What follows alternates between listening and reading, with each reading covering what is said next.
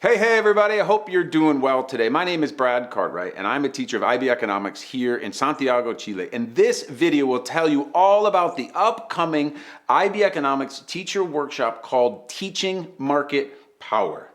If you're interested in more information about this workshop, check the description box below. It'll provide you with the date, the time, and the ability to enroll in the next teacher workshop on market power. And before you watch this video, just know that all teacher workshops are designed around filling the gap between what we have to do as IB Economics teachers and what the IB tells us we have to do, and how to actually do it in the classroom.